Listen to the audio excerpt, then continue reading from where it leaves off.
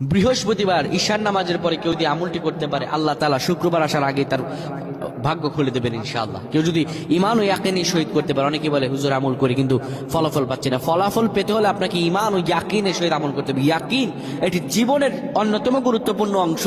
ইয়াকিন ছাড়া যত আমল করা হয় সব আমলগুলো হচ্ছে নসি, কোন আমল আল্লাহর দরবার কবুল হবে না। ইয়াকিন এটি গুরুত্বপূর্ণ অংশ।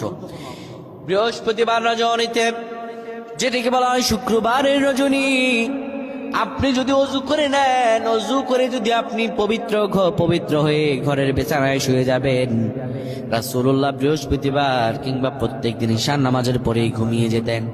আপনি পাক পবিত্র বিছানায় শুয়ে সূরাতুল মুলক তেলাওয়াত করবেন। সূরাতুল মুলক তেলাওয়াত করার পরে এরপরে আপনি 7 বার পড়বেন আল্লাহুম্মা গফিরলি ওয়ারহামনি, আল্লাহুম্মা গফিরলি ওয়ারহামনি। এই পরে দুটি হাতের মধ্যে ফু দিয়ে চেহারায় লাগাবেন। আমার আল্লাহ রাব্বুল আলামিন আপনাকে ক্ষমা করে দিবেন, রিজিকে বৃদ্ধি দান করবেন।